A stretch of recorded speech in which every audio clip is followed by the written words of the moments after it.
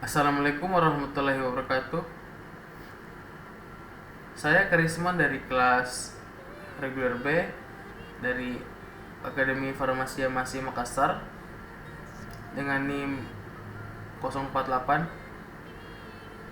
Bapak dosen yang saya hormati Bapak Maulana Zulkarnain Imansyah Esfar M. Biomed.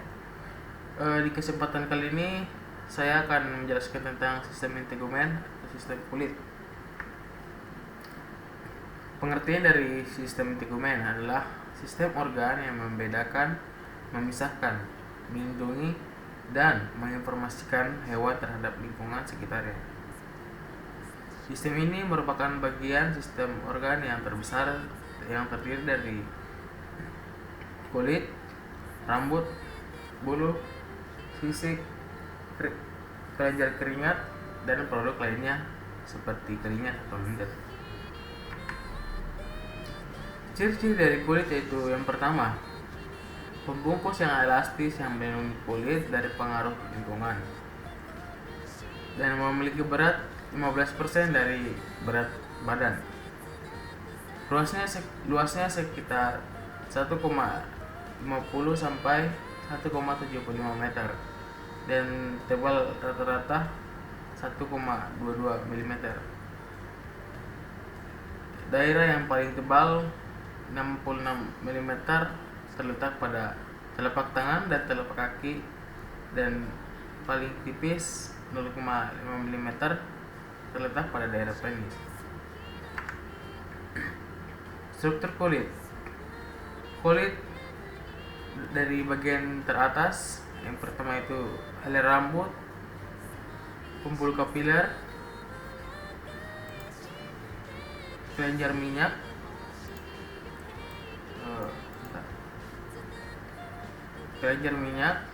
folikel rambut di sini dengan serabut saraf itu di bawahnya folikel rambut, dan pembuluh darah.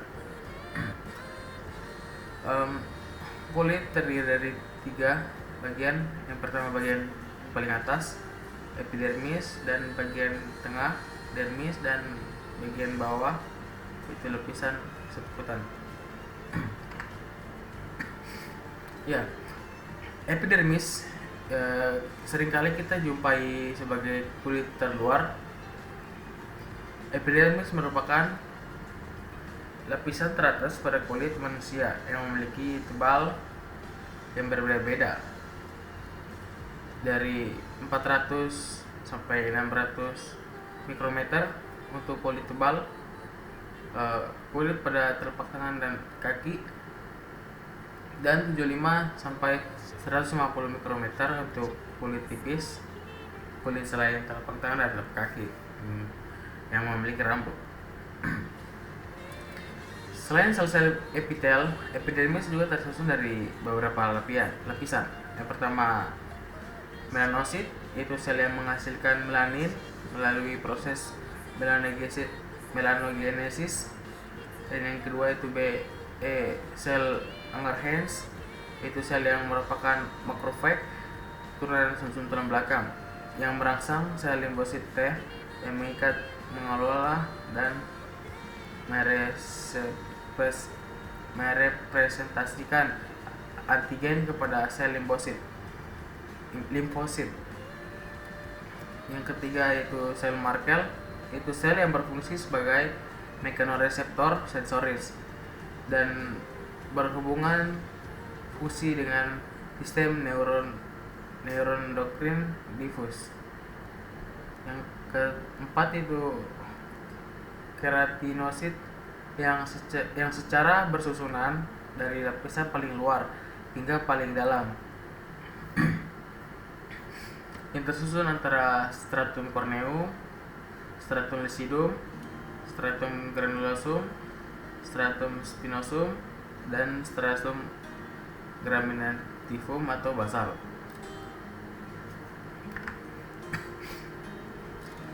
Yang pertama itu stratum corneum. Stratum corneum itu memiliki lapisan kulit yang paling luar, dari atas beberapa lapis sel-sel gepeng yang mati tidak berhenti Protoplasmanya telah berbentuk menjadi keratin atau zat tanduk. Terdiri dari 15 sampai 30 lapisan sel keratin. Protoplasmanya telah berubah menjadi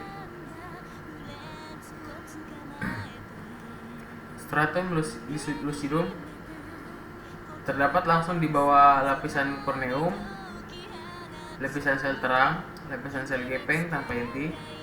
Protoplasma yang berubah menjadi protein atau alendrin hanya ada pada kulit yang tebal, tampak jelas di telapak kaki dan telapak tangan. Stratum granulosum terdiri dari 2 sampai 3 lapisan sel gepeng, granuli atau lapisan seperti lapisan bulir padi itu. Sitoplasmanya berbulir kasar atau keratohelialin. Terdapat inti di antaranya.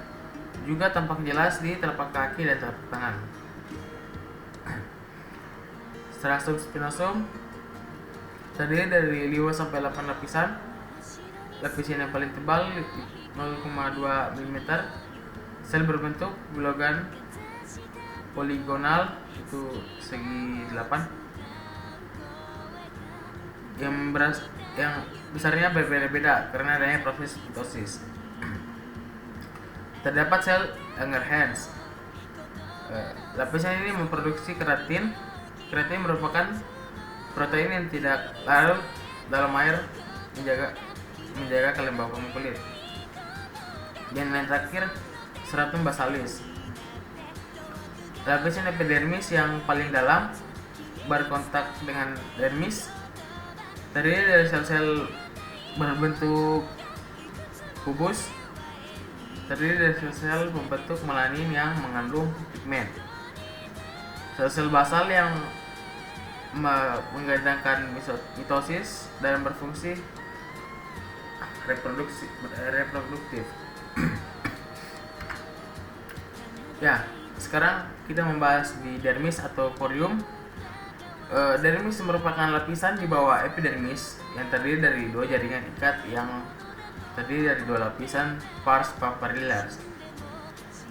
papillaris terdiri dari sel fibroblast yang memproduksi kolagen dan reticularis yang terdapat banyak pembuluh darah, limfe, dan akar rambut, kelenjar keringat, dan kelenjar sebaceous.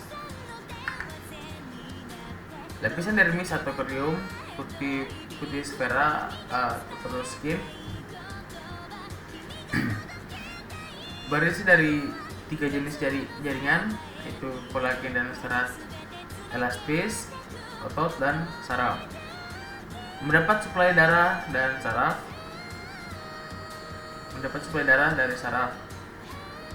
Lapisan di bawah epidermis yang jauh lebih tebal daripada epidermis. Sensori aparatus itu seperti sensori sentuhan, tekanan, temperatur, dan nyeri. Terdiri dari 2 bagian, itu pars papillary, bagian yang menonjol ke epidermis berisi ujung serabut saraf dan pembuluh darah. Yang kedua itu pars reticulare, banyak mengandung jaringan ikat, folikel rambut, pembuluh darah, dan saraf kolagen. Jaringan subkutan atau epidermis. Lapisan terdalam yang banyak mengandung sel liposit yang menghasilkan banyak lemak. Merupakan jaringan adipose sebagai bantalan antara kulit dan struktur internal seperti otot dan tulang. Sebagai mobilitas kulit, perubahan kontur tubuh, dan penyekatan panas sebagai bantalan terhadap trauma tanpa penumpukan energi. Jaringan hipodermis.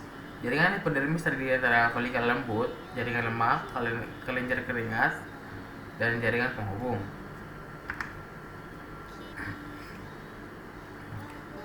Kelenjar pada kulit.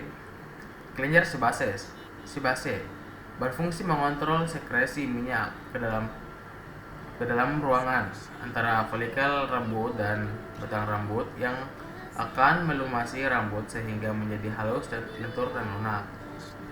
Yang kedua, kelenjar keringat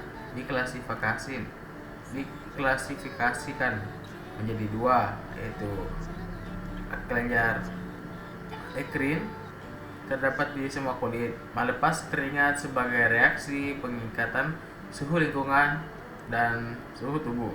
Kecepatan sekrin keringat dikendalikan oleh saraf simpatik. Pengeluaran keringat pada tangan, kaki, aksila, dahi sebagai reaksi tubuh terhadap stres, nyeri, dan lain-lain. Yang bagian B, yang kedua, kelenjar apokrin terdapat di aksil, anus, skrotum, labia, mayora, dan bermuara pada follikel rambut. Kelenjar ini aktif pada masa pubertas. Pada wanita akan membesar dan berkurang pada siklus haid. Kelenjar apokrin memproduksi keringat yang keruh seperti susu yang diuraikan oleh bakteri penghasil bau khas pada aksila. Pada telinga bagian luar terdapat kelenjar apokrin khusus yang disebut kelenjar seruminosa yang menghasilkan serum atau wax. Rambut terdapat di seluruh kulit kecuali telapak tangan, kaki, dan bagian dorsal. Terdapat dua jenis rambut. Rambut terminal, itu rambut dapat panjang dan pendek. Rambut velus itu pendek, halus, dan lembut. Fungsi kulit. Yang pertama, sebagai proteksi. Maksudnya benda-benda dari luar atau benda asing invasi bakteri. Melindungi dari trauma yang terus-menerus, mencegah keluarnya cairan yang berlebih dari tubuh, menyerap berbagai senyawa lipid vitamin A dan D yang larut lemak, memproduksi melanin, mencegah kerusakan kulit dari sinar UV.